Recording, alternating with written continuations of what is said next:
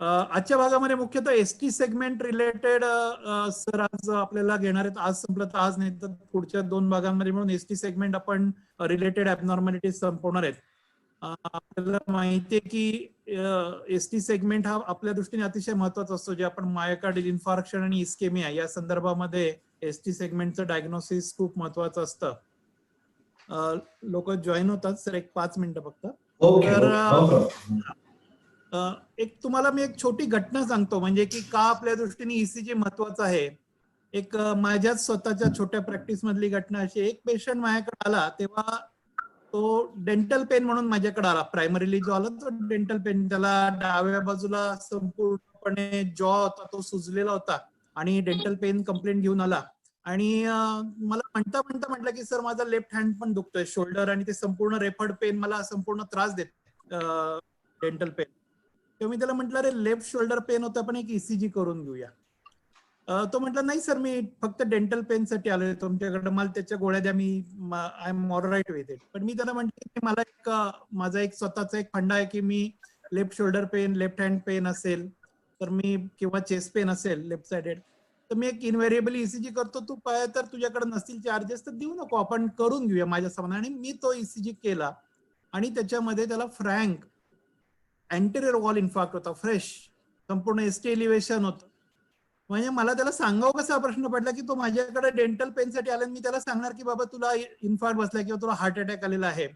पण मी त्याला समजून सांगितलं, त्याची फॅमिली आली, टाइमली तो विदिन हाफ एन आवर होता, त्यामुळे थ्रोम्बोलाइज झाला. ही दुसरे नंतर अँजिओग्राफी प्लास्टी झाली, समवेअर बिकम ऑलराईट. पण सांगायचा उद्देश हा आहे की जर का माझ्याकडे त्या ठिकाणी ईसीजी नसता मी केला, किंवा मी ईसीजी त्याचा केला नसता, तर कदाचित हे डायग्नोसिस टाइमली झालं नसतं. त्याच्यामुळे प्रत्येकाने त्याच्या प्रॅक्टिसमध्ये एक प्रायमरी डायग्नोसिस साठी ईसीजीचा नक्की वापर करा. तुम्ही सर्व, आपण सर्वच म्हणता येईल, फॅमिली फिजिशियननी त्याचा चांगला वापर करावा. आणि मी आज आता बदानी सरांना रिक्वेस्ट करतो की त्यांनी आजचा सेशन सुरू करावा, त्यांचं जसं प्लॅनिंग केलेलं आहे त्या पद्धतीने. So I hand over this session to doctor Rajesh Badani sir. Okay, good evening all. Today what we are going to discuss is predominantly understanding ECG in acute coronary syndrome. म्हणजे ST elevation MI, non-ST elevation MI, technically even any chest pain चा patient तुमच्याकडे आला की आपल्याला कसं evaluate करावं, that's what we'll discuss. थोडंफार, even if it is little technical, please bear, we will have few examples. आणि महत्वाची गोष्टी from this particular lecture is की इवन दो आपल्याला साइट ऑफ ऑक्लुजन नाही डायग्नोज झाला ते महत्वाचं नाहीये, it is more academic. But yes, त्याच्याबरोबर if you are having that, why it is important, because कोणता पेशंट इमर्जन्सीमध्ये टर्शरी केअर हॉस्पिटलला पाठवायला पाहिजे त्याचे indicators will probably discuss.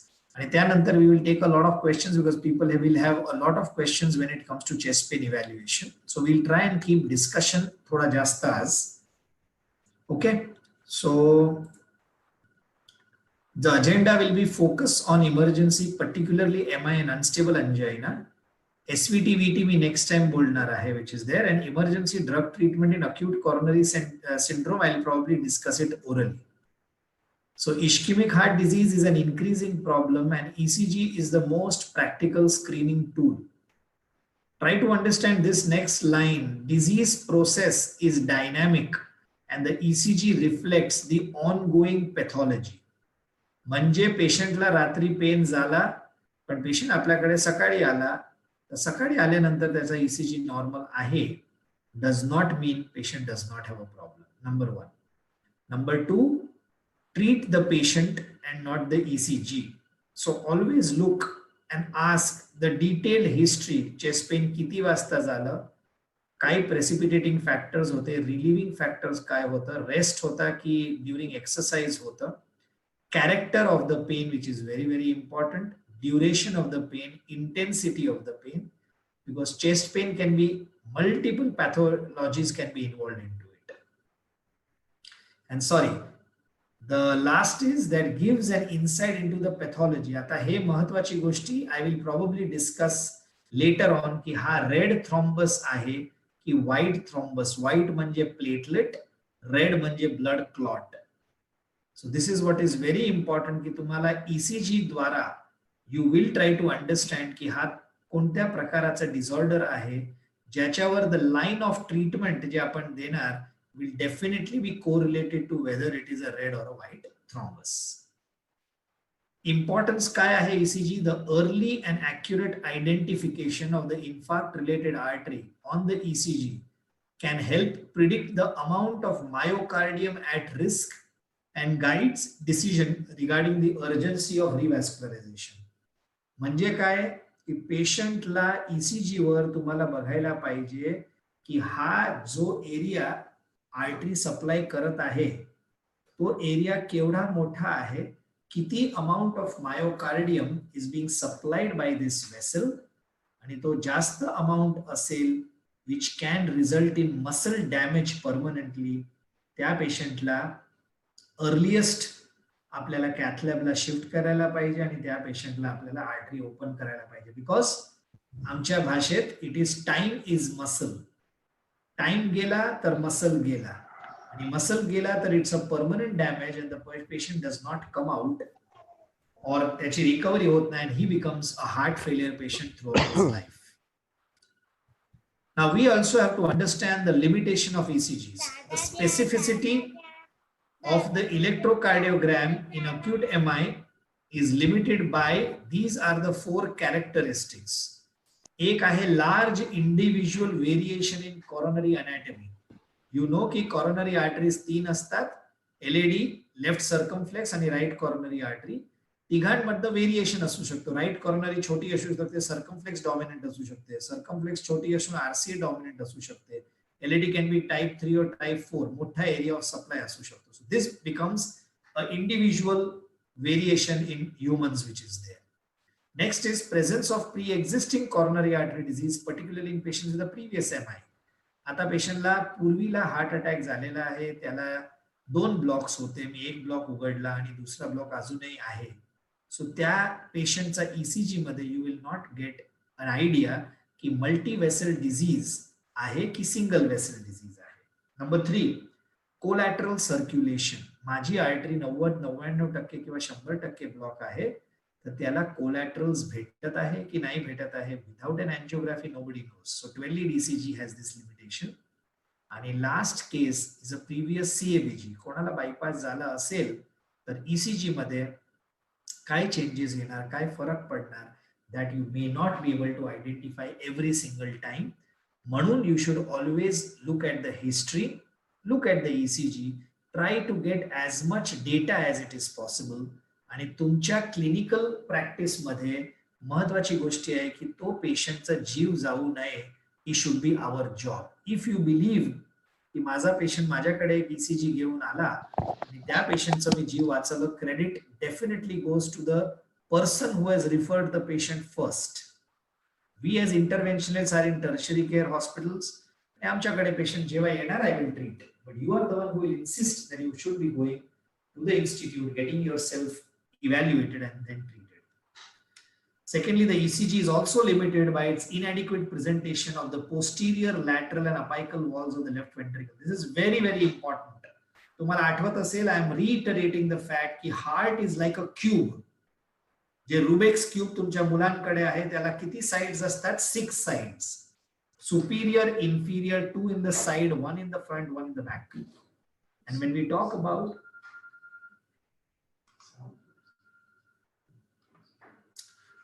talk about this ECG limitation which is there, posterior wall जे असतो that is not represented on the ECG very well, lateral wall is not represented, and apical walls of the left ventricle may be little posterior beyond V6 ज्याला आपण म्हणतो.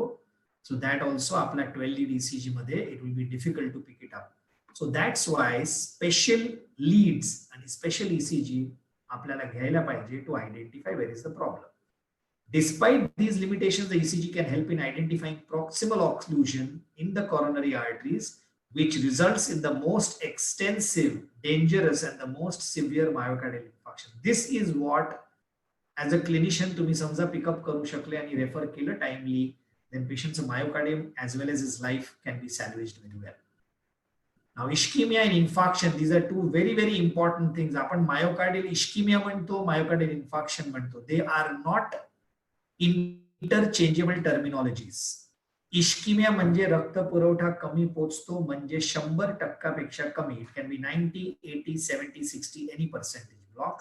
Infarction म्हणजे नळी 100% block आहे आणि 100% block असल्यामुळे आपल्याला इन्फार्क्शन म्हणतो आपण त्याला, आणि त्याला आम्ही ट्रान्सम्युरल मायोकार्डियल इन्फार्क्शन म्हणतो.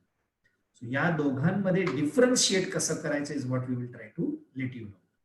ECG interpreted in light of clinical history, that's very important. ST depression of 1 millimeter in a patient with chest pain that returns to normal after pain goes away is definitely ischemic etiology. The same ECG without pain or evolution may be a non-specific ST abnormality.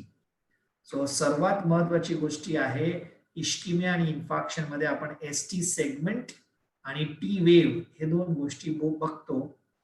आणि ST segment depression आहे किंवा elevation आहे ते आपण baseline वरती ठरवूया. Will go with the examples gradually. आता importance हे तीन आपण, I am again repeating the fact की myocardium at jeopardy. I will give a simple example की समजा आपल्या घरामध्ये पाणी येत नाही आहे आणि आपल्याला पाण्याची क्रायसिस आहे. सो माझ्या घरात पाणी नाही आलं तर मी शेजाऱ्यांकडनं पाणी घेऊन येऊ शकतो.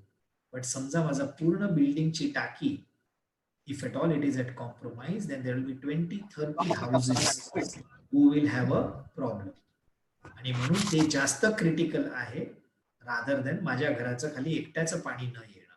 So that is what the myocardium at jeopardy. तुम्हाला माहित असेल की केवढा myocardium is at risk of getting damage. जास्त मायोकार्डियम, जास्त risk, earlier the intervention. Obviously the patient should be shifted to a tertiary care center the earliest. When to intervene, कधी पेशंटला cath लॅबला घ्यावं is what is also important on the ECG and history. आणि clinical trials जे आहेत, therapeutic decisions were based on ECG have shown remarkable consistency. म्हणजे माझ्या ECG असा असेल आणि मला अशी ट्रीटमेंट करायला पाहिजे. 10 वर्ष आधी पण हे गाईडलाईन्स मध्ये होतं आणि आजही ते गाईडलाईन्स मध्ये आहे. So definitely ECG is one such brilliant tool की कोणी पिकअप करायची केपेबिलिटी जे आहे, he will be able to see and interpret very well. Sequence of events following occlusion of a coronary artery. काय होतंय एकदा समजा हिस्टोपॅथॉलॉजिकली समजा माझं नळी बंद होत असेल तर सब एंडोकार्डियल किंवा ट्रान्सम्युरल इश्किमिया म्हणजे पहिला रक्तपुरवठा कमी होतो, त्यानंतर नेक्रोसिस म्हणजे डेथ ऑफ द मायोकार्डियम, आणि एकदा डेथ झालं की इव्हेंच्युअल फायब्रोसिस और स्कारिंग येतं त्याच्यात. So this is the sequence. पहिला रक्तपुरवठा कमी, नंतर मसल डॅमेज आणि त्यानंतर fibrosis. ST segment depression is may identify ischaemia but not. हे सर्वात महत्वाचं आहे की कोणाला एसटी डिप्रेशन झालं, तुम्ही किती लोकांनी स्ट्रेस टेस्ट बघताय, स्ट्रेस टेस्ट मध्ये changes V4, V5, V6, 2, 3 AVF मध्ये येतात. तर त्यांनी तुम्हाला नाही माहित पडू शकत की पेशंटला एलएडी ला प्रॉब्लेम आहे, आरसीए ला आहे की सर्कमफ्लेक्स टेरिटरी. बट समजा पेशंटला एसटी एलिव्हेशन झाला, this identifies epicardial injury and it is localising. ST elevation V1, V2 मध्ये असेल तर anteroseptal, V3, V4 anterior wall, 2, 3 AVF inferior wall, आणि 1 AVL V5, V6 is a high lateral wall which is there. So this is very very important की ST segment elevation जे आहे that is identifying the localizing कोणत्या आर्टरीला problem आहे की but ST depression does not localize. But definitely ischemia आहे but it cannot localize. E-wave inversion आपण किती वेळ T wave बघतो, so not good for identifying ischemia but highly localizing if injury is present. आणि Q wave जे आहे, Q wave occurs because of myocardial damage. So कोणाचा myocardium damage झाला असेल तर it is good for the diagnosis of MI and highly localising. ज्या lead मध्ये Q wave आहे त्या लीडचा मसल मास कमी झालेला आहे. All these things we will discuss as and when the cases come by. So let's start with this. 55-year-old male recent onset chest pain at rest. Now try to understand की जसं आपण discussion केलेलं आहे की पेशंटला छातीत दुखतं किंवा पाठीत दुखतं आणि हा त्याचा ईसीजी आहे. If you really look at the ECG काही ग्रॉस गोष्टी नाही आहे, पण एक गोष्टी जे मला खूप स्ट्राईक करते इज द क्यूटी इंटरवल जे आहे end of the T wave इथे येतो. क्यूआर चा half of R R interval कुठे आहे? इथे, जिथे माझा एरो आहे आणि त्याच्या एंडला after this definitely there is a QT prolongation. पेशंटचा heart rate is up, I think I would say around 60 beats per minute च्या आसपास आहे. And QT is definitely prolong. ST सेगमेंटला आम्हाला काही जास्त सांगता येत नाही except there is a little ST coving in V5 V6 and may be little ST depression in V2 which is there. बरोबर आहे. हा patient onset of the chest पेनला बघा, इथे तर तुम्हाला क्लिअर कट दिसतं मल्टिपल लीड्स. हे तर this is not a 12 lead ECG, पण तिथे एसटी डिप्रेशन आणि सायनस टॅकिकार्डिया होतो. धीरे धीरे तुम्ही बघा हा पेशंटचं क्यूआरएस ड्युरेशन प्रोलॉंग व्हायला वाटतं आणि ह्या जागेवर you get a polymorphic VT जे आहे ना, एकदम बिजार क्यूआरएस यायला सुरुवात होते. त्यानंतर पेशंटला एसिस्टली पॉझेस यायला सुरुवात होतात. परत थोडंसं क्यूआरएस ब्रॉड क्यूआरएस येतं and then again you have a long pauses, some QRS beat आणि इमिडिएटली पेशंटला सीपीआर दिल्यानंतर this is the classical ECG. तुम्ही बघताय 5 मिलीमीटरचं हॉरिझॉन्टल एसटी सेगमेंट डिप्रेशन सगळ्या लीड्स मध्ये आहे.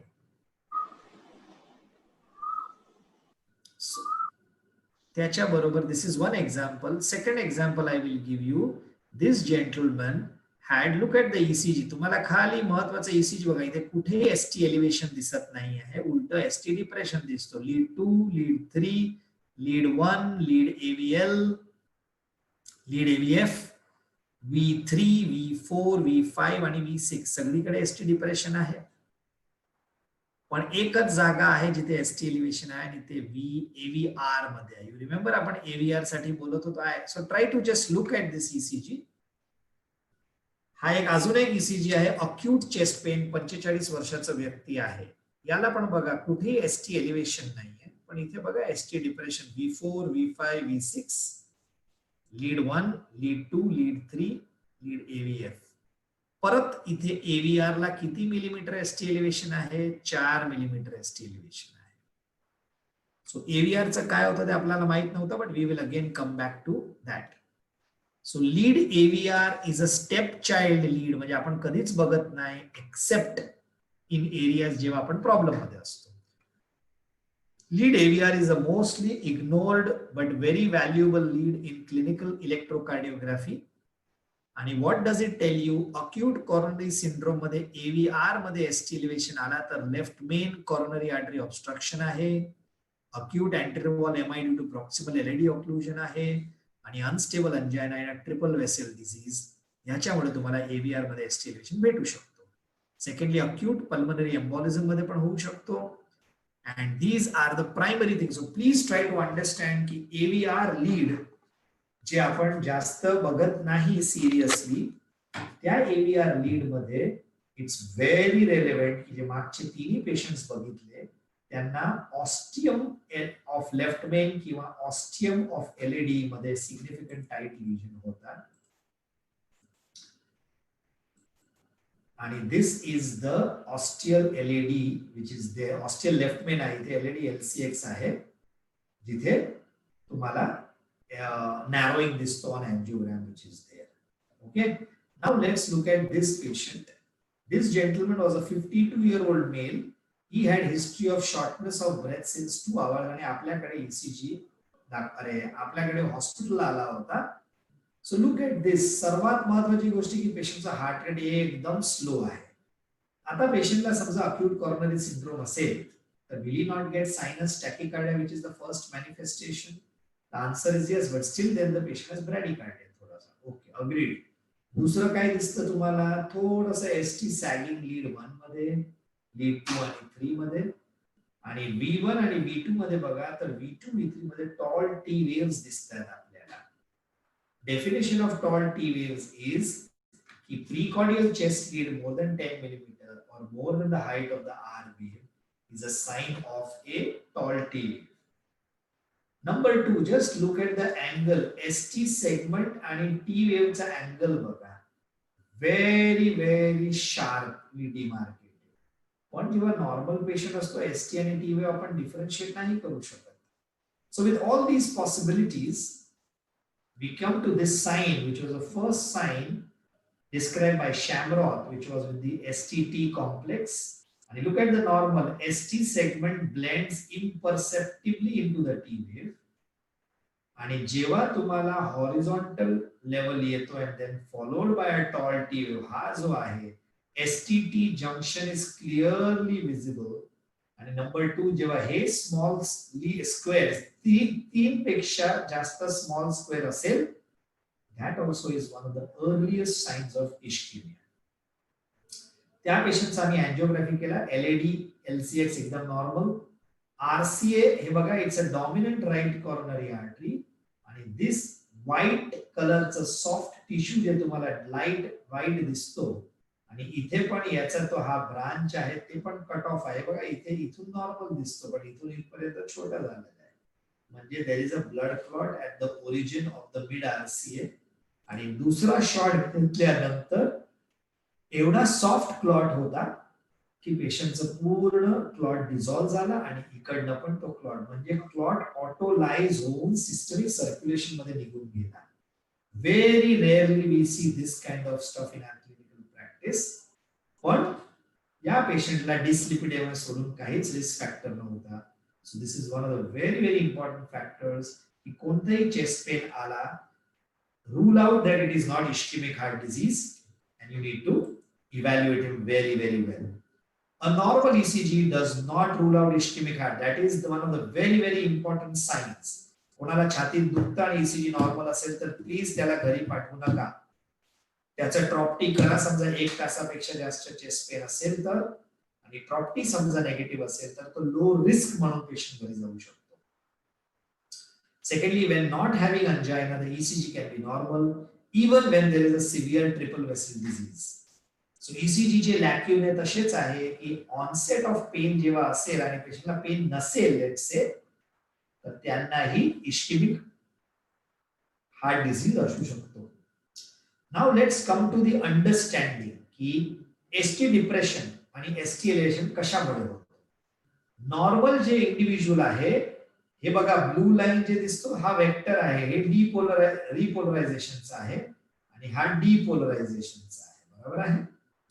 तो तुम्ही दोघांना सुपर इम्पोज केला तर डी आणि रिपोलरायझेशन एकदम सुपर इम्पोज होतात in the endocardial cell and in the epicardial cell. Endocardium is inside here and हा epicardium आहे.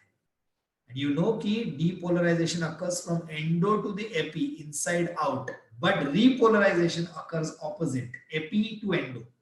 Okay? आणि आपला ट्रू बेसलाइन जे आपण म्हणतो जिथे नो पोटेन्शियल डिफरन्स आहे तो जनरली एसटी सेगमेंट आणि टी वेव्हच्या नंतरचा भाग before P wave comes.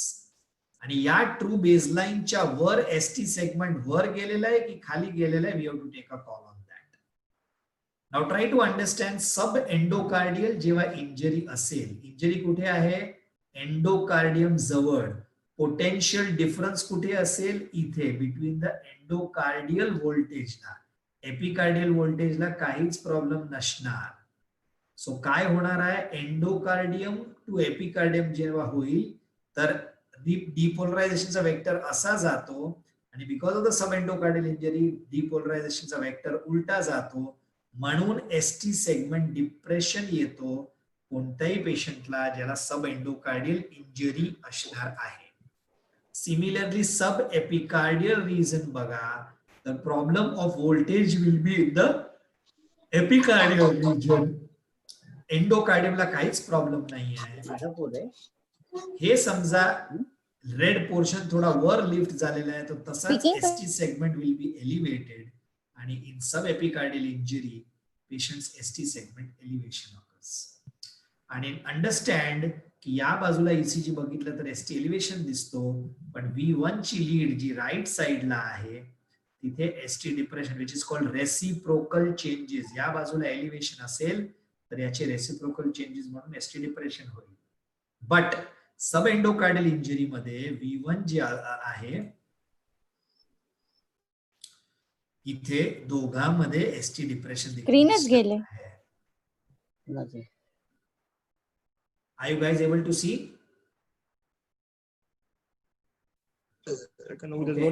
Yes sir, no problem. Yeah, fine. फक्त आवाज थोडासा हळू येते फक्त, बाकी अदरवाइज नो प्रॉब्लेम. एक second. Give me just 1 second. Voice बढ़ाओ यार. तुम्हारा इधर एक जो ये दिया गया था वो कहाँ निकाल दिया? This is voice.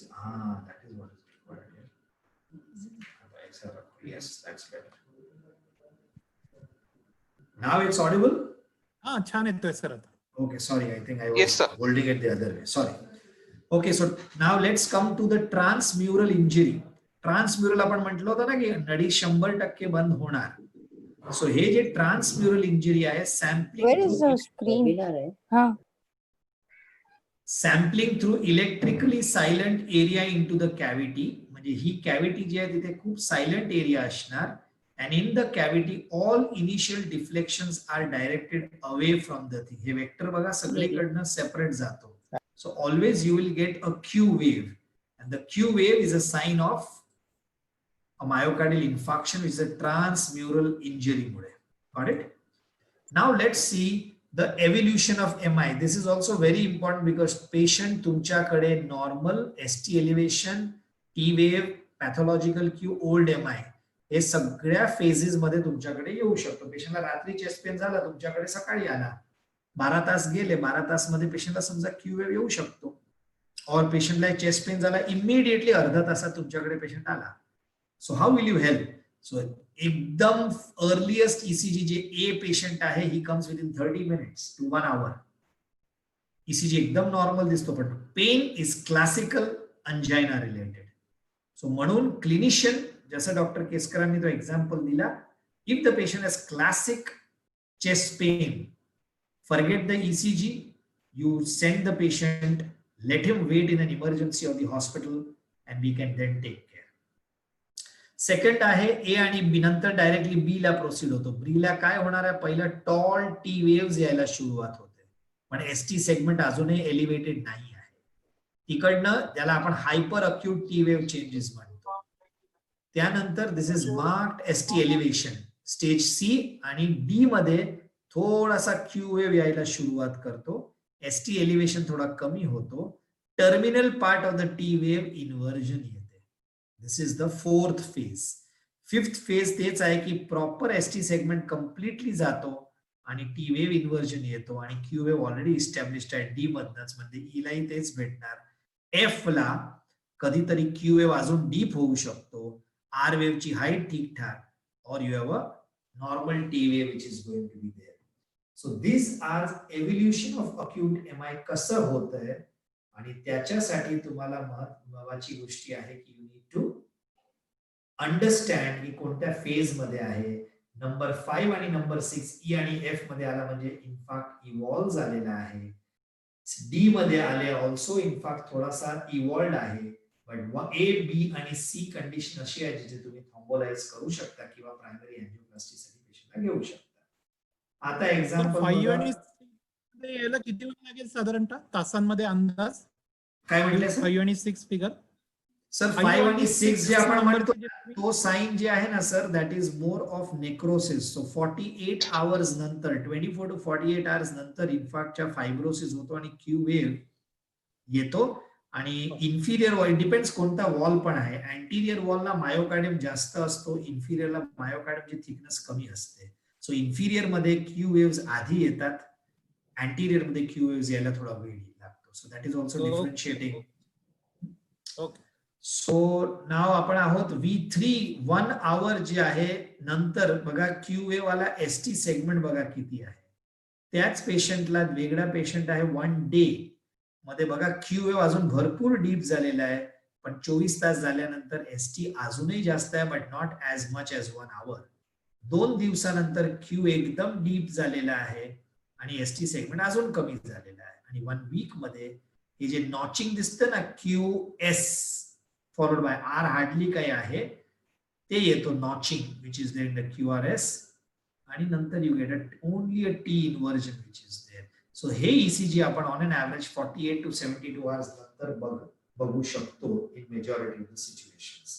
असा पेशंट आला, इन्फार्क्ट इव्हॉल्व्ड आहे, त्याला थ्रॉम्बोलिसिस द्यायची गरज नाही.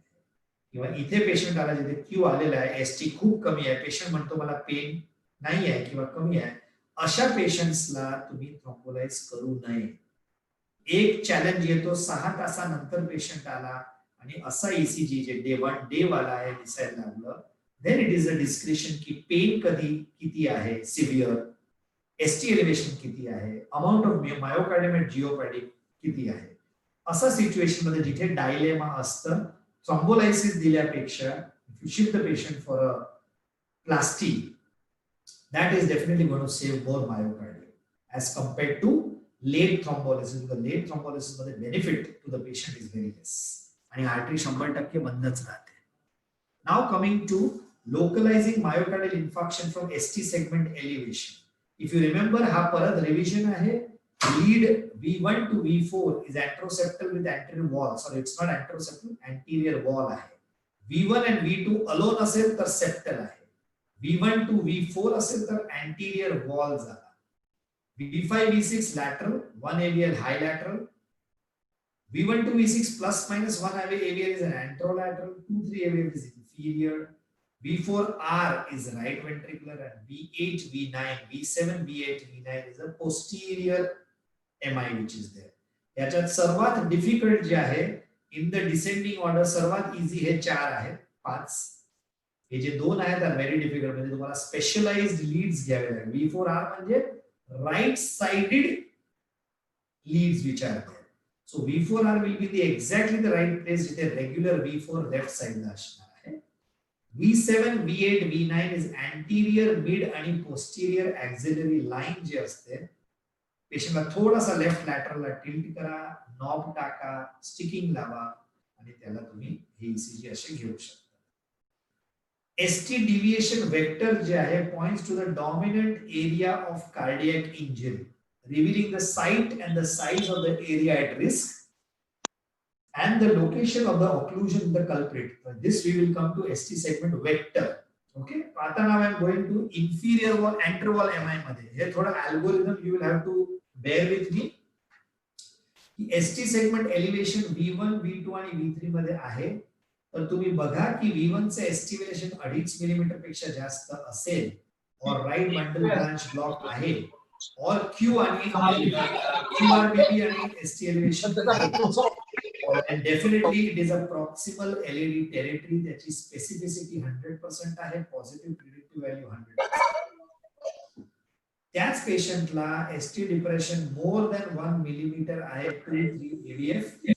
याची बघा सेन्सिटिव्हिटी 34% झाली जेव्हा इन्फिरियर मध्ये ST डिप्रेशन दिसला तर. So this is what is also important. आणि ST सेगमेंट डिप्रेशन लेस दॅन 1 मिलीमीटर और ST segment elevation in 2-3 AVF suggest K distal LED आहे, म्हणजे खालची बाजूला आहे, 70% सेन्सिटिव्हिटी स्पेसिफिसिटी आहे.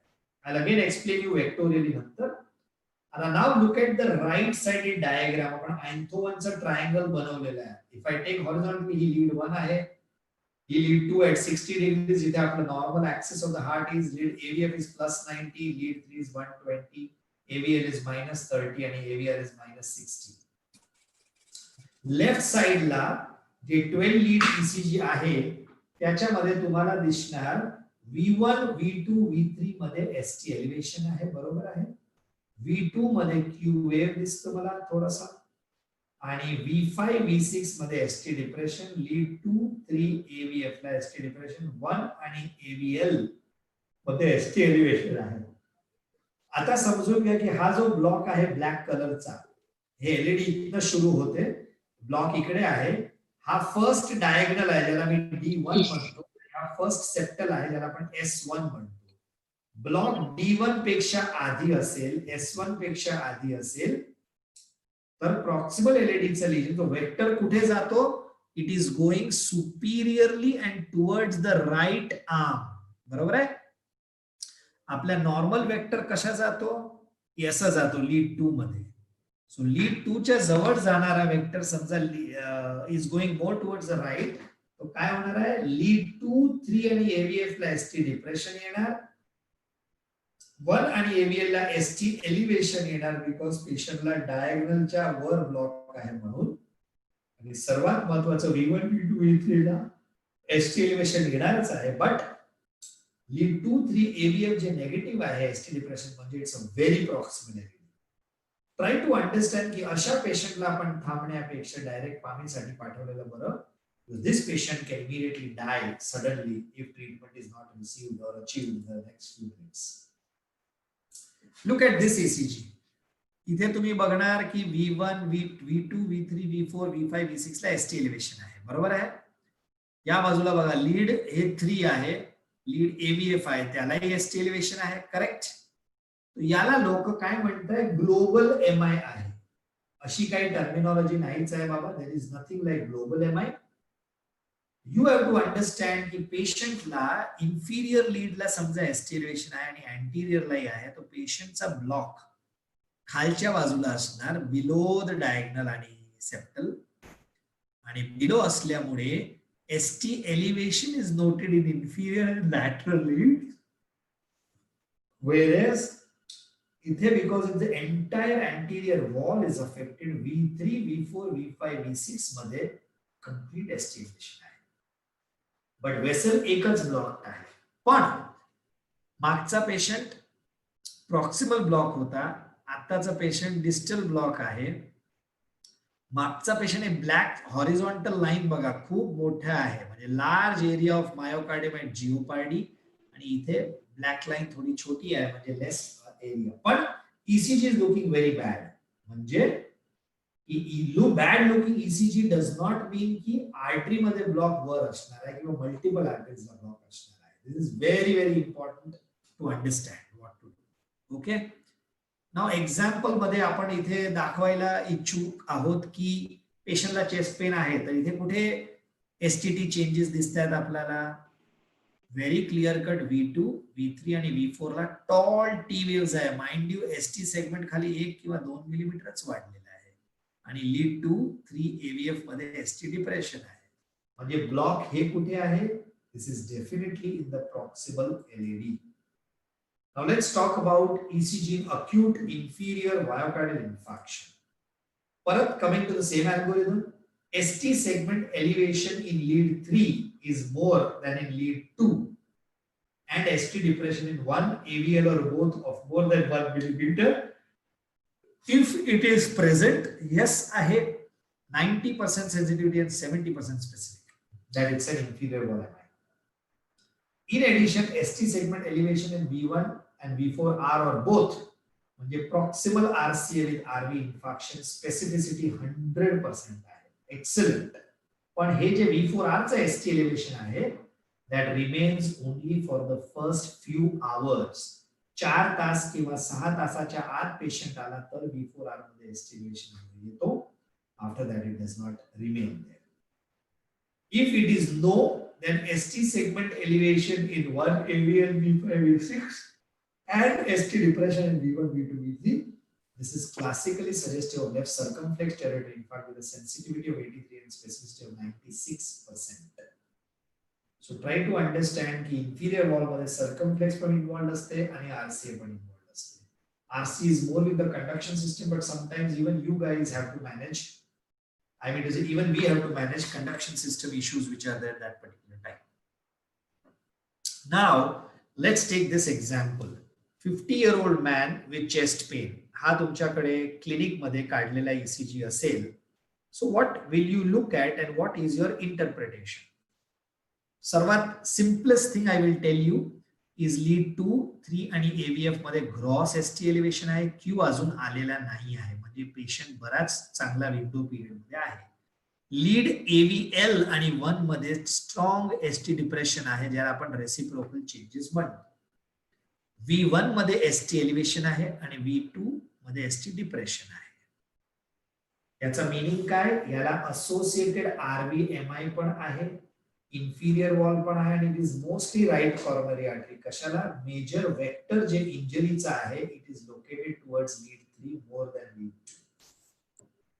Similarly, I am giving this example also. Let's take that. हा patient also 56-year-old comes with chest pain. So इथे काय दिसतोय तुम्हाला इंटरेस्टिंग की पेशंटला सर्वात महत्वाची गोष्ट की ब्रॅडिकार्डिया आहे, हार्ट रेट खूप स्लो आहे. नंबर 1.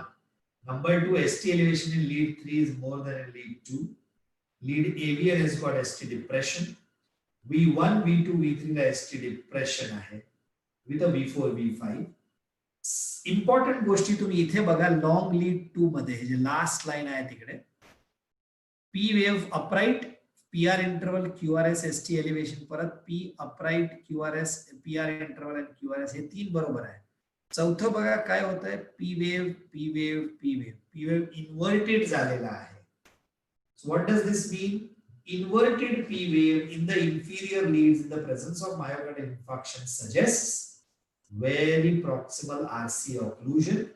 ज्या पेशंटला बिफोर सायनस नोडल आर्टरी हा ब्लॉक असेल, because if I have a block before sinus nodal artery मला ब्रॅडिकार्डिया होणार, माझं P wave origin from superior part of the right atrium सोडून तो खाली येणार, म्हणून the P wave is inverted. अशा पेशंट तुमच्याकडे ईसीजी ला तुम्ही बघितला आणि तुमचं knowledge of ECG is really good, you have to immediately send this patient for angiography and SOS plasty, because that's going to be absolutely life-saving. Otherwise, this fellow will have bradyarrhythmia and he can die because of the MI. इथे पण बघायला गेले तर I'm just trying to repeat the same thing. Lead 3 ST elevation more than lead 2 AVL and 1 is ST depression. V2, V3, V2 and V3 is ST depression. So here also it is the right coronary artery with a probably circumflex or an RV involvement. Now try to understand this figure. RCA चा जो myocardial infarction असतो तो इन्फिरियरली असतो आणि इन्फिरियरचा vector always lead 3 च्या जवळ जातो. Posterior MI असेल पोस्टेरोलॅटरल मागच्या बाजूला तर vector is more oriented towards lead 2 than in lead 3. म्हणून RCMI ला lead 3 चे ST elevation is more than lead 2 and circumflex territory impact lead 2 is more than that. Reciprocal ST depression याचा अर्थ काय आहे? means it just suggests it is a sensitive index आहे in inferior MI to confirm the patient has what kind of myocardial infarction. Okay, I'll go leave this, skip this. Lateral significant ST depression in lead 1 and AVL indicates right coronary infarct with 70% sensitivity and 100% specificity. And a lack of ST segment depression indicates proximal circumflex obstruction. You have to understand ST depression असेल तर right coronary आहे, non ST segment depression is more of a circumflex. सर्वात महत्त्वाची गोष्टी असणार आहे posterior wall MI, ज्याला आपण mirror image MI म्हणतो. ह्या पेशंटला एसटी एलिव्हेशन येणार नाही, बट V2, V3, V4 मध्ये एसटी डिप्रेशन येणार आणि सेपरेटली हाय लीड्स तुम्ही जेव्हा V7, V8, V9 घेणार then you start getting ST elevation. This is one patient जो तुमच्याकडे येईल आणि if you see V1, V2, V3 such kind of ST depression, definitely suspect an associated posterior wall involvement along with the anterior lead. Special leads आपण already बोललो V7, V8 if ST elevation is more than 2 mm then thrombolysis can be given. True isolated posterior MI is very difficult to diagnose. We had 2 such patients and I can tell you very clearly that the moment we diagnosed, we took them up for a primary angioplasty and circumflex was 100% and got opened very well with a very good result. Now here ithe baga you have where is the ST elevation? One AVL which is showing little minor ST elevation which is there.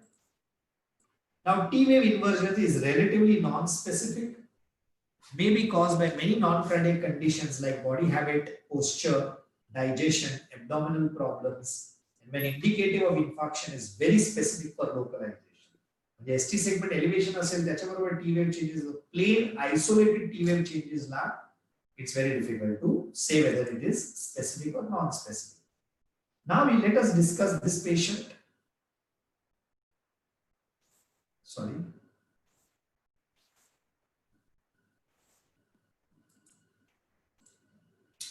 This is a gentleman with chest pain on the previous day now is pain free. ECG बघा काय वाटतं इथे ECG ला very clearly तुम्हाला दिसणार T inversion V1 V2 V3 V4 V5 V6. But एक महत्वाची गोष्ट आहे poor progression of R wave. R wave normally V1 V2 V3 नंतर वाढायला पाहिजे पण इथे V1 2 V3 आर वेव्ह नाहीच आहे. म्हणजे कुठेतरी माझे आर वेव्ह कमी झालेले आहेत. व्हाय विल माय आर वेव्ह कमी होणार? जेव्हा माझा मसल डॅमेज झाला असेल. किंवा मसल डॅमेज होतो जेव्हा 100% ऑक्लुजन असेल. सो त्याच पेशंटचा अँजिओग्राम मध्ये बघितलं तर very proximal tight stenotic 99% slow flow होता. And then the patient was given angioplasty was done and this was opened. Coming to hyperacute TVF, so indication of early MI, maybe hyperkalemia, जिथे tall TVFs are highly localizing, usually associated with ST elevation, but not always. Now here it is being mentioned, if patient has this particular issue of choking in the chest. Try to understand symptoms is very important. ज्या पेशंटला resting मध्ये choking होत असेल तो patient normal नाही होऊ शकत. So always इथे ईसीजी मध्ये खाली मला थोडेसे टॉल टी वेव्हज आणि बायफेजिक V1 मध्ये सोडून दुसरं काही नाही दिसत. 20 मिनिट्स लेटर तो चोकिंग असल्यामुळे डायरेक्टली एसटी एलिव्हेशन येतो आणि थोड्या वेळ नंतर 24 तासांनी परत QRS क्यू वेव्ह निघून जातो. Q followed by ST segment elevation and T wave inversion with little notching in V2 V3 suggests that the myocardium has gone. So try to understand history बघून choking बघून आपण त्याला काहीतरी दुसरं दिल्ली देऊन घरी पाठवलं असता this patient would have died. Coming to reef perfusion arrhythmia ज्याला आम्ही AIVR म्हणतो, EDO accelerated idioventricular rhythm is generally benign. Occasionally serious arrhythmias may be seen with reperfusion, but overall VF occurs less frequently with reperfused MIs. आणि त्याला आपल्याला काही treatment करायला नको. आता to end the topic, this is very very important. This lady had come to us with chest pain आणि त्यांचं ECG when you see there is a LBBB आहे पेशंटला. But look at this. V4 मध्ये LBBB नंतर immediately tall T wave येतं. V5 मध्ये आहे V6 मध्ये normalize झालेला आहे. So in the presence of LBBB, MI picking up is very difficult. I not confuse you with the signs, but yes, त्याच्यात समजा जिथे QRS कॉम्प्लेक्स आहे त्याचा ST सेगमेंट किंवा T वेव्ह टॉल असेल म्हणजे पेशंटला. हीच लेडी when LBBB disappears तुम्ही बघा poor progression of V1 to V6 मसलच नाही आहे आणि T wave inversion. So with this, I think we will end.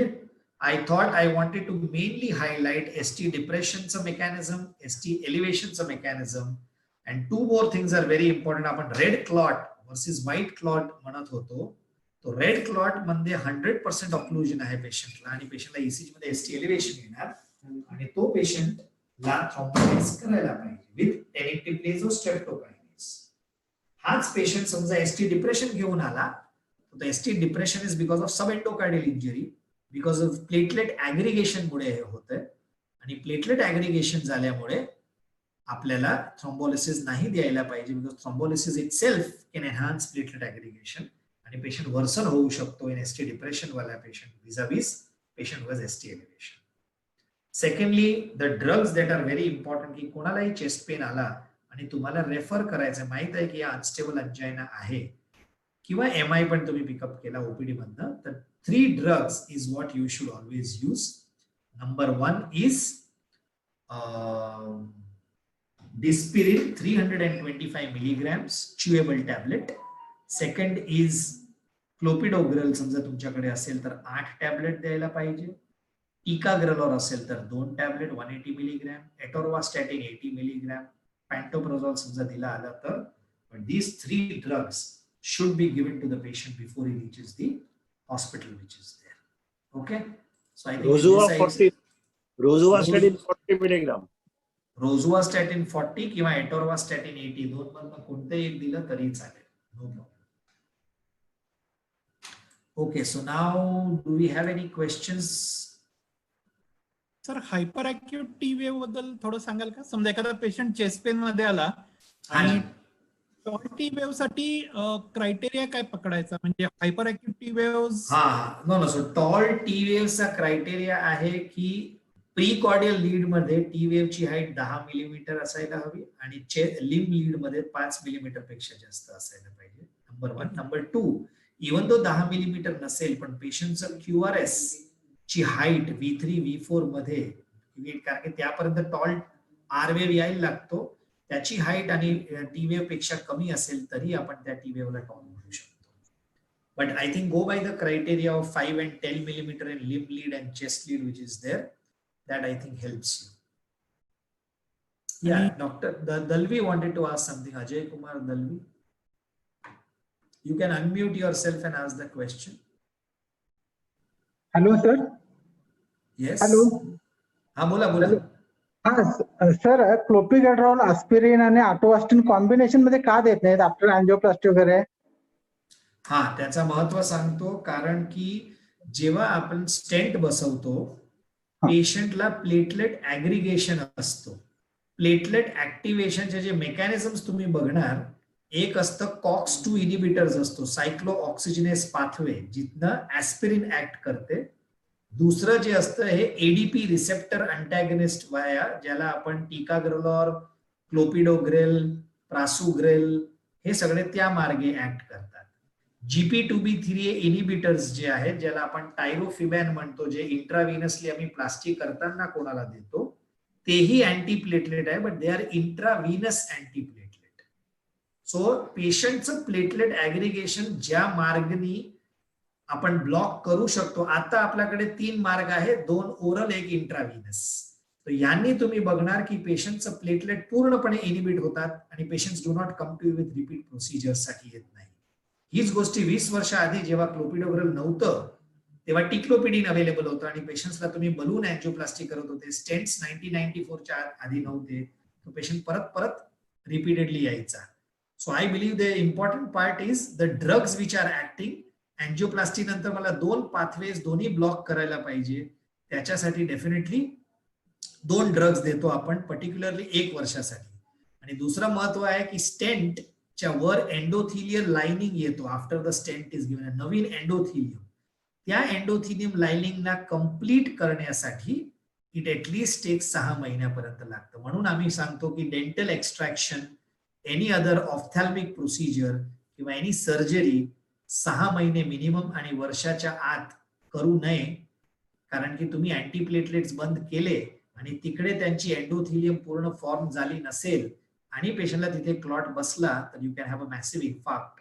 And there are doctors relative also who have died की मला आता ऑफ्थॅल्मिक कॅटरॅक्ट सर्जरी करायची आहे, they never confirmed with the doctor आणि they got an infarct and they have died because of subacute stent thrombosis. Yeah, next question please. I'm not able to see who is asking the question. A second.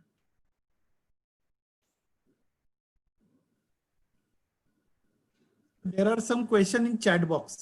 Yeah. Hello. Okay, Rakesh Hello. Singh has, Haji.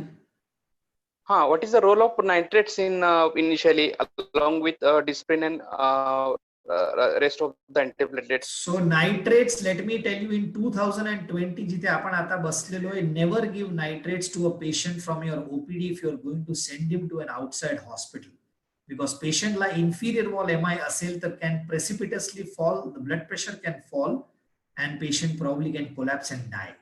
आणि nitrate anterior wall मध्ये दिलं तरीही पेशंटला pulmonary oedema होण्याची शक्यता असू शकते. So better की नायट्रेट सारखा drug you only give if the patient is going to be transferred to the hospital मध्ये आल्यानंतर आम्ही IV नायट्रोग्लिसरीन देतो त्यांचं ब्लड प्रेशर बघून, not otherwise.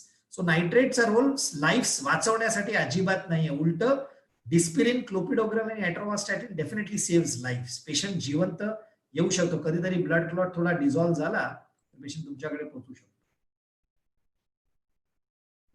Okay, now let me go to the question. If only chest pain, perspiration, no past history, query MI, should we give all the medicines? So tumcha suspicion is the most important thing, number 1. आणि number 2, पेशंटला ST elevation असेल आणि तुम्ही त्याला tertiary care centre मध्ये पाठवणार असाल तर please give the drugs. These drugs don't have any side effects. कोणाला GI bleed होत नाही एवढ्या ड्रग्स घेतल्यावर. एक पॅन्टोप्रोझॉल ची टॅबलेट पण दिली तर things should be I think fine. अच्छा, now next question was in COVID-19 treatment, we keep watch on QT interval while giving HCQ. So what things to keep in mind or observing? So QT interval definitely बघायला पाहिजे तुम्ही जेव्हा प्रत्येक आठवड्याला HCQS घेणार आहात आणि QT interval समजा वाढलेला असेल तर please be careful before giving this particular drug. Which lead to be taken for long lead in ECG? Always long lead घ्यायचा असेल तर lead 2 घ्यायला पाहिजे. According to Einthoven's principle, P wave आणि QRS आणि T wave सगळे व्यवस्थित lead 2 मध्ये दिसतात जनरली. पण this is only applicable. This is not applicable for infarct. It's more for arrhythmias. P wave बघण्यासाठी. Infarct मध्ये तर 12 lead ECGच पाहिजे बिकॉज मला कोणत्या वॉलचा इन्फॅक्ट आहे ते मला 12 लीड्स नसेल तर मला दिसणार नाही एकच लीड वरती. So I believe it is more for एरिथमियासाठी जास्त रेलेव्हंट आहे. What about giving aspirin just on suspicion without ECG? No साहेब, ते ऍस्पिरिन विदाउट इट्स लाईक म्हणजे ब्लाइंडली आपण ब्लाइंड गेम खेळतो तसं झालं, which doesn't have any science which is there. But always please get an ECG आणि त्यानंतरच you have a decision. किंवा पेशंट तुमच्या जवळ नसेल तर दुसऱ्याकडे सांगा की ईसीजी कार्ड आणि व्हॉट्सअप करायला सांगा. That will help you in 5 minutes time. Many patients are continued post-plasty on aspirin, clopidogrel and statin beyond 1 year. Absolutely right. आता तोच क्वेश्चन होता की ड्युअल अँटीप्लेटलेट्स 1 year साठी 100% द्यायला पाहिजे आणि बियॉन्ड 1 year त्या पेशंटला ज्याला डायबिटीज आहे, मल्टीवेसल प्लास्टी केलेली आहे, लॉंग स्टेंट्स आहे, पेशंट स्मोकर, टोबॅको च्युअर आहे, त्यांच्या केसमध्ये फ्युचर कॉरोनरी इव्हेंट्स रिड्यूस करण्यासाठी डेफिनेटली ड्युअल अँटीप्लेटलेट वापरायला पाहिजे. आतापर्यंत largest data of dual antiplatelets for 48 months म्हणजे 4 वर्षापर्यंत तुम्ही वापरू शकता. Anybody wants to ask a question? What about drug-eluting stent? If this put, then you have to give clopidogrel or whatever for a long time, no? No. Drug-eluting stents. So now we are using 90% of the stents are drug-eluting stents, only 90 to 95. But antiplatelets, minimum 1 year of dual antiplatelet is essential. Second year onwards, it is the discretion of the doctor. Ki patient is non-diabetic, very healthy, no dyslipidemia. Sugars are well controlled. Lipids are very well controlled. I had only put in one stent of 3.5 millimeter in the proximal LAD. Stress test is negative. All other parameters are fine. Then probably you can drop the second antiplatelet at the end of 1 year. But that is always to the discretion of the doctor. Hello. या hello. हा बोला. Sir, मी एक प्रश्न विचारला होता की chest pain आहे पण ईसीजी अवेलेबल नाही आहे आपल्याकडे. म्हणून तू त्याचं उत्तर दिलं ना सर की तुमच्याकडे चेस्ट पेन आहे, ईसीजी अवेलेबल नाही, तर on what basis are you going to give aspirin? Muscular आहे, गॅस्ट्रिक आहे, how will you pick it up sir? सहज चेस्ट पेन आहे आणि पर्स्पिरेशन आहे, आपल्याला वाटतं की MI असेल कदाचित. तो then you can give, definitely you can give, but then at least send him rather than medicine द्या तुम्ही aspirin आणि clopidogrel if you believe so, if you are very confident historically, but त्या पेशंटला पुढच्या 5-10 मिनिटात ECG काढायला सांगा. that is more relevant मला असं वाटतं. I have a question, sir. हा बोला. Many times we get a patient clinically looks like ischemia or MI. That means Yes, sir. typical chest pain with sometimes radiation to the left side, sweating, and the ECG comes out to be normal. Sometimes TROP-T, we send for TROP-T. TROP-T comes out to be normal, but clinically there is at the back of mind there is always this could be this thing MI. Yeah. This is going to problem. Then what? No. So in such a situation, sir, that means patient ला chest pain आहे, classical angina आहे, but that is on exertion. तो तुम्हाला exertional test करायला पाहिजे, ज्याला आपण treadmill म्हणतो. If you do a stress test of this particular patient, you will find changes during exercise and or during recovery. आणि त्या पेशंटला definitely you will have changes and that will give you a clue की आता पुढे मला angiography करायला पाहिजे. Troponin T तेव्हाच वाढणार जेव्हा पेशंटला डिस्कम्फर्ट आहे, ongoing discomfort of more than or equal to 1 hour असेल तरच ट्रोपोनिन वाढणार आहे. मी चालतोय 2 किलोमीटर, मला हात दुखायला लागतो, मी थांबलो, मला बरं वाटतं, मी बरं वाटल्यानंतर तुमच्या क्लिनिकला येणार, ईसीजी विल बी नॉर्मल. बरं वाटल्यावर मी तुमच्या ओपीडी वर दाखवायला आलो, you will say trop T is also negative. So that is not the thing. This patient should undergo a treadmill testing, which will give you almost 70-80% chance that patient has coronary artery disease. Okay. So Sir, what is some the- hands. what is the prevalence of Prinzmetal's angina? Because you can get somebody with severe chest pain, spasm, and then his ECG is normal after some time. Prinzmetal is now much rarer. Less than 5% of the people have got ST elevation during pain, and that is very easily picked up if the patient comes with chest pain, his ECG shows ST elevation. By giving nitrates, the patient's ST segment elevation has gone down. We do a troponin may be high or normal. Then you do an angio. At that time, we have an option of giving vasospastic agents like into intracoronary and see that the spasm is there or not there. And many times that spasm completely gets relieved by giving nitroglycerin. So these are classical signs of Prinzmetal, but incidence is less than 5% in the overall population. So I have- sometimes Is it related to smoking, sir? Yes, smoking can cause Prinzmetal angina. Very true. Very, very true. बोला Keskar sir. हा नाही, ST elevation बरेचदा pickup होतं डॉक्टरांकडनं, म्हणजे की correct. Wall locate नाही करता येणार किंवा आर्टरी लोकेट नाही करता येणार, पण एसटी एलिव्हेशन लोकेट होतं. पण पोस्टेरियर वॉल बद्दल थोडं सांगाल का, की त्याच्यामध्ये आपल्याला यू विल नॉट गेट, पण त्याचं नक्की काय बघायचं, पोस्टेरियर वॉल एमआय कसा डिटेक्ट करायचा? सो पोस्टिरियर वॉल एमआय चा ईसीजी मी मागे दाखवला होता, if be the recording wise, but then त्याच्यामध्ये इम्पॉर्टंट पार्ट असा आहे की posterior wall is exactly not represented on 12 lead ECG. आपण 6 V1 to V6 घेतो, ते अँटिरियरली इन्व्हॉल्ड आहे. एक्झॅक्टली पोस्टिरियर आहे V7, V8, V9 जिथे पोस्टिरियर वॉल येतो. पोस्टिरियर वॉल आणि अँटिरियर मध्ये एक्झॅक्ट मिरर इमेजेस येतात. सो कोणाला चेस्ट पेन असेल आणि V1, V2, V3 ला खाली एसटी डिप्रेशन आहे, त्या ईसीजी ला तुम्ही उलट करा आणि त्या उलट्या ईसीजी ला तुम्हाला V1, V2, V3 ला आता एसटी एलिव्हेशन दिसतो, which is very classical of a true posterior wall MI. Generally posterior wall is associated with inferior wall MI also. तो समजा V1, V2, V3 वरती तुम्ही काही पिकअप नाही केलं, बट इन्फिरियर मध्ये एसटी कोविंग किंवा एलिव्हेशन आहे, तर you might pick it up. But true posterior wall MI, again less than 5% of population, very difficult to pick up. Gastritis वाला पेशंट आला, पेन वाला आला आणि V1, V2, V3 ला एसटी डिप्रेशन आहे, either take V7, V8, V9 किंवा reverse ECG करा किंवा ट्रॉप्टी करा, और repeat one more ECG within some time, you will get the clue it's a posterior wall MI. Some hands are raised, sir. हाँ जी, yes please. Sir, I have one question, sir. हाँ बोला madam. Sir, Yes. I have one patient that age is 55 years old, and हाँ जी. 10 years back he has done his angio, like a हाँ. two were there, and he is taking ecospin and statins since last 10 years. But is it हाँ. his BP is absolutely normal, sir? Since last 5 years I am saying. Hmm. But is it necessary to take the beta blockers, metoprolol or anything? It all depends, madam. If the patient's blood pressure is normal, maybe beta blockers are the reason for his blood pressure being normal. One thing you can do is stop the beta blocker, continue aspirin statin as a combination. 1 month later, do home blood pressure monitoring, calling back to you. If the pressure goes beyond 135, means he needs a beta blocker. If not, then you can stop it. But please monitor them very well before you stop the drug. Or after stopping, call him. That's the way you can. Hello. Yes. Sir, Trop I, Trop T, which one is better? Trop I, Trop T, both of them are better. Which institute it was? Now they are called as highly sensitive Trop T and highly sensitive Trop I. Trop I is in picograms, and your Trop T is in nanograms, which are there. So J Institute la J available hai should be fine. Both are excellent investigations.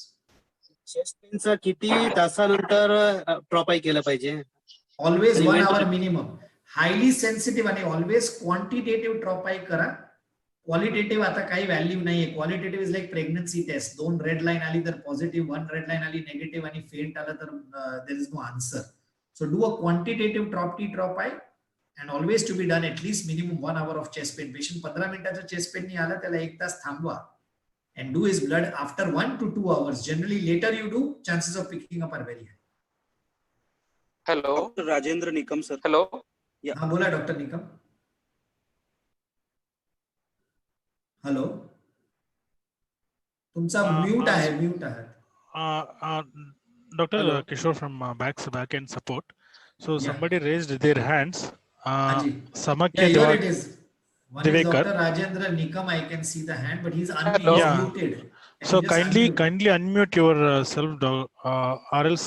Yeah, Dr. Rajendra Nikam, please. Yes, sir. Yes, sir. You are Sir, in unmuted. sir, in cardiomyopathy patients. Hello. In Yeah, please go ahead, cardiomyopathic patient and having chest discomfort, how can we recognize or diagnose some stimulation? Cardiomyopathy patient मध्ये पण काही problem नाही, only वेंट्रिक्युलर hypertrophy असतं त्यांना, if they are hypertrophic cardiomyopathy और something. So ECG changes exactly are similar. The only challenge is in LBBB patients, आणि त्याच्यामध्ये ट्रॉप T, ट्रॉप I, एको आणि तुमचं हिस्ट्री हे सगळं डिफरन्शिएट केलं की you will be able to do that. Okay, thank you. Hello. Yes, please. Hello. Sir. In a patient with classical history of chest pain and frank changes of MI, what is the prudent approach? Whether this patient should be sent for thrombolysis or directly to cath lab for PTCA as a general practitioner? Sir, it all depends. Ideally, primary angioplasty by default is always the best. But as you all know, availability of cath lab, availability of the cardiologist, finances of the patient, everything plays a very important role. Patient 6 तासाचा आत असेल, but one thing is very clear, please send him to a tertiary care where thrombolysis and or PCI is possible. At least the challenge of keeping him in the nursing home, the challenge is if by chance he gets worsening, then it becomes very difficult for us. So at least MI is such an entity, ki baba, if he comes to a tertiary care is always better as compared to any other referral center, because तिथे तुम्हाला thrombolysis शिवाय पर्याय नाही आहे. Failed lysis झाला तर I can take up the patient little early. So I think it all depends on the situation. If at night 12 o'clock somebody has pain, but he is intelligent, family members know the advantages of primary angioplasty, and if I'm going to do it in the first 3 to 6 hours time, that is beneficial. Thrombolysis is the best in 0 to 3 hours. Beyond 3 hours, thrombolysis efficacy keeps on decreasing. Beyond 6 hours, it's lesser, and beyond 12 hours, it's negligible. Hello. Yes. How to differentiate between the early repolarization? How to differentiate it? Yes, between early repolarization. Yeah, early repolarization and MI. Early repolarization is concave upward ST segment elevation, and this is convex upward ST elevation. Very, very clear. And repolarization is present in all the 12 leads. ST segment elevation is only in the infarct related artery, not in any other lead. म्हणजे तुम्हाला V1, V2, V3 मध्ये ST elevation आहे. Other leads are normal, and it has to be convex upward. Repolarization is concave upward. That is how it is. Okay. Question आहेत का conclude करायचंय? Yeah, I think there was one patient from Dr. Wag. I'll just finish. So many female patients have lead to T inversion. Is it significant? So that I think I had specifically said that isolated T inversion should be taken very lightly. You should always look at ST segment. अशा पेशंटला send them for stress test or treadmill. त्यानंतर आपल्याला evaluate करता येईल आणि risk stratify करता येईल. Then somebody asked what do, yeah, please, somebody is asking a question. Sir, I have one question, sir. Yes. In a GP, clinically basis, the pulmonary embolism and the MI case, how to differentiate between them on the first stage? Madam, pulmonary embolism ला खाली clear cut T inversion आणि हे येणार आहे. Right bundle branch block येतो आणि कधीतरी ST elevation V1, V2 मध्ये येतो. So pulmonary embolism and acute MI clear cut तुम्हाला ECG वर कळणार, and if not you can do an echo. Echo मध्ये pulmonary embolism ला RA-RV dilated असेल, इथे left ventricular hypokinase आणि ते असेल. Do a D-dimer for this and CT pulmonary angio, आणि या बाजूला coronary angio. So I believe the investigations presentation we might be similar, but ECG to presentation onwards, there are a lot of parameters by which you can differentiate pulmonary embolism from acute myocardial infarction. Thank you, sir. Yeah, thank you. In hyperkalemia, how to judge T wave? Hyperkalemia मध्ये you will definitely get tall T waves. That is one of the characteristic. म्हणजे जसं Dr. Keskar was asking, hyperkalemia can have tall T waves. So somebody who has tall T waves, many a times it has been missed to be an early MI changes. But just on tall T waves, you don't thrombolize. I should have corroborative evidence of associated chest pain, associated TROP-T being positive, that's when we do that. And hyperkalemia, if you see, patient's creatinine will be high, or maybe he may be a diabetic with a type 4 RT, ज्याला renal tubular acidosis म्हणतो, त्या पेशंट्सला TOL-T waves किंवा hyperkalemia होऊ शकतो किंवा ड्रग इंटेक. Yeah, anybody else? Hello sir. Yes. हा डॉक्टर तांबिले यार. हा बोला doctor Tambile. Sir T wave hyperkalemia मध्ये आपण टी वेव कशी जज करायची? सेम प्रकारे height of the T wave precordial leads मध्ये बघा, 10 मिलीमीटर पेक्षा जास्त टी वेव ची हाईट असेल तर पहिला तर तो टॉल टी वेव आहे. नंतर त्याचे डिफरन्शियल डायग्नोसिस बघायचे की number 1 is ischaemic infarction, number 2 is hyperkalaemia, आणि बॅकग्राऊंड तुम्ही बघा. पेशंटला काही ड्रग्ज आहे का, पोटॅशियम स्पेरिंग डायुरेटिक आहे, पेशंटला रिनल फेलियर आहे, आणि या बाजूला पेशंटला चेस्ट पेन ऑन गोइंग आहे. So it will give you history, drugs, आणि this will little bit segregate you to classify हा टॉल टी वेव कशामुळे आहे. अजून बाकी काही पण चेंजेस मिळतील तुम्हाला बरोबर? टॉल फ्लॅट टी वेव मिळेल, बाकी काय मिळेल? Something about LMC pattern, sir. AVR. How to look AVR in LMC pattern? See, left main मध्ये if at all you have an ST, left main coronary म्हणजे काय, I am just giving you an example. AVR पासून if you are looking at the heart, where are you looking at? You are looking inside the LV cavity. आणि दुसऱ्या सगळ्या लीड्सनी तुम्ही surface वरनं बघता. So this is the difference. If my entire AVR is showing ST elevation, म्हणजे माझा vector is predominantly towards the right side, म्हणजे entire myocardium is having significant ischemia, and that can only happen with a left main disease, critical triple vessel disease, or a very proximal LAD. So AVR मध्ये more than 1 millimeter convex upward ST elevation आला with ST depression in more than 7 of the other leads is a classical ECG sign of left main disease or a TVD or an ostial LAD or proximal LAD disease. And one Dr. Ankur Patel has asked, if we are in somewhere in public place and patient with classic symptoms, can we give triple combo Dispirin et al without ECG and any harm? So that we have discussed. We can give it if depending on your suspicion. If your suspicion is very strong, you can do that.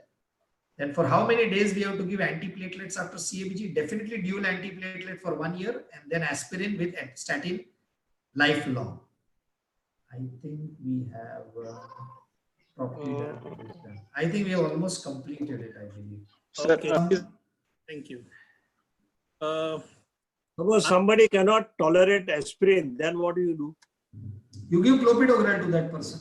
Clopidogrel.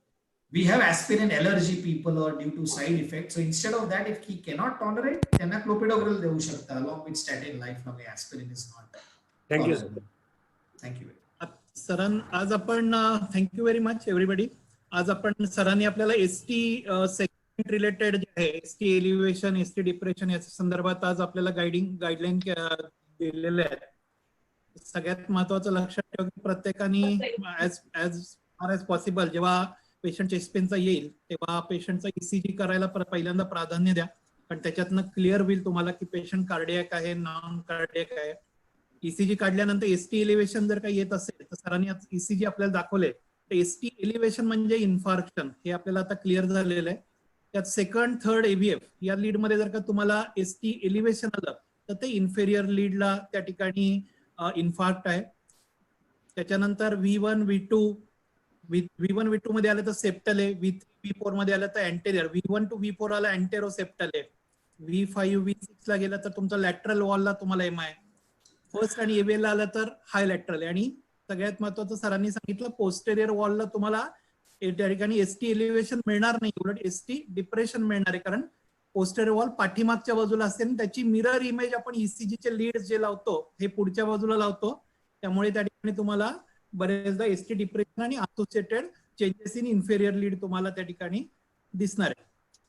तर आज आपण ST elevation related problems बघितलेले, त्याच्या बरोबरीने cardiac markers पण करणं गरजेचं आहे. जर का तुमचा हॉस्पिटल सेटअप असेल तर समजा एखाद्या पेशंट एसटी एलिव्हेशन आहे, कार्डियक मार्कर्स वाढले, तिथं क्लिअर कट स्टेमी म्हणू आपण एसटी रिलेटेड मायोकार्डियल इन्फार्क्शन.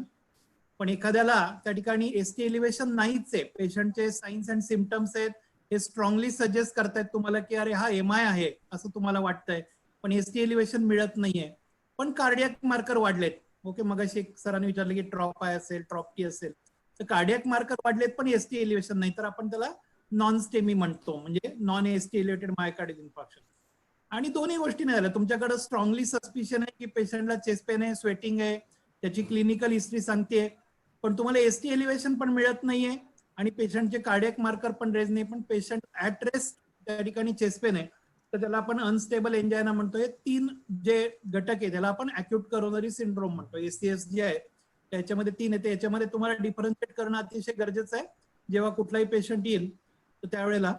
तर सरांना म्हणजे टेक्निकल टीमला पण मी सांगतो, आदित्य बिर्ला, मागच्या वेळेचं रेकॉर्डिंग आपल्याला अवेलेबल नव्हतं झालं, फर्स्ट लेक्चरचं रेकॉर्डिंग अवेलेबल होतं, ते शेअर केलं होतं.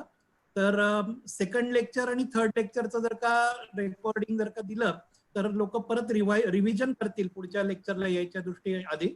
we'll do that. Yes yes, हा मी रिक्वेस्ट करतो आदित्य बिर्ला मेमोरियल हॉस्पिटलच्या टीमला. No, we'll try and get it. First आहे ना ऑलरेडी, फर्स्ट लेक्चरचा दिलाय. Yes, first we got it. ठीक आहे, I'll just talk to the technical guys and get it done. No problem. हा, खूप छान पद्धतीने आपल्याला लेक्चर्स चाललेले विथ गुड इंटरॅक्शन.